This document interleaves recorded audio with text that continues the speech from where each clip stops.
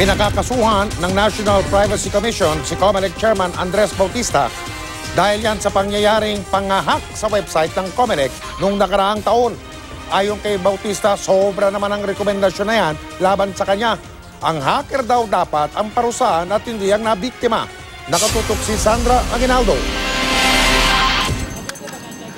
Ilang linggo bago ang eleksyon 2016, napasok ng mga hacker ang website ng COMELEC at nailabas ang personal na impormasyon ng milyong-milyong mga botante. 2 hacker ang naaresto noong Abril kaugnay dito.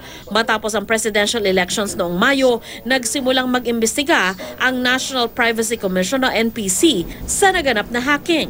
At sa kanilang press conference kanina, inilahad ng NPC ang kanilang desisyon. Nirekomenda nila sa Department of Justice o DOJ na sampahan ng kasong kriminal si COMELEC Chairman Andres Bautista dahil sa umunay kapabayaang naging dahilan ng pagkalat ng personal data ng mga botante. Paglabag daw ito sa Data Privacy Act of 2012. Na dapat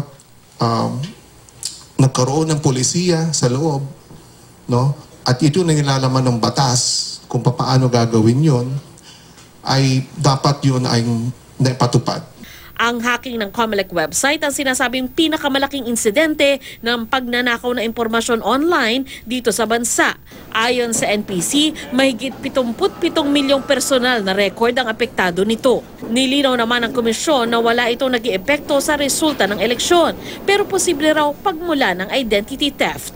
Ito hiwalay doon sa election conduct, no? At hindi namin nakita naka-apekto ito. This is an opportunity to ask government and the private sector to please take data protection seriously.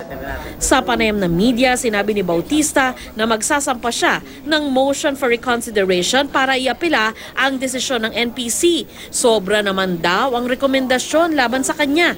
The focus should not be on should be on arresting the perpetrators of hacking and not on punishing those that are being hacked.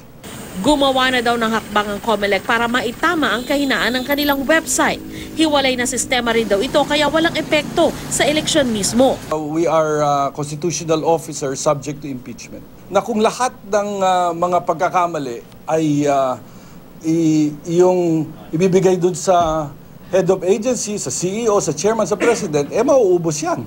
Bukod kay Bautista, nirekomenda rin ng NPC sa DOJ na imbestigahan ang natuklasan nilang pagkuha rin ng impormasyon mula sa COMELEC web server ng isang computer na may IP address na nakarehistro sa National Bureau of Investigation bago mag-eleksyon.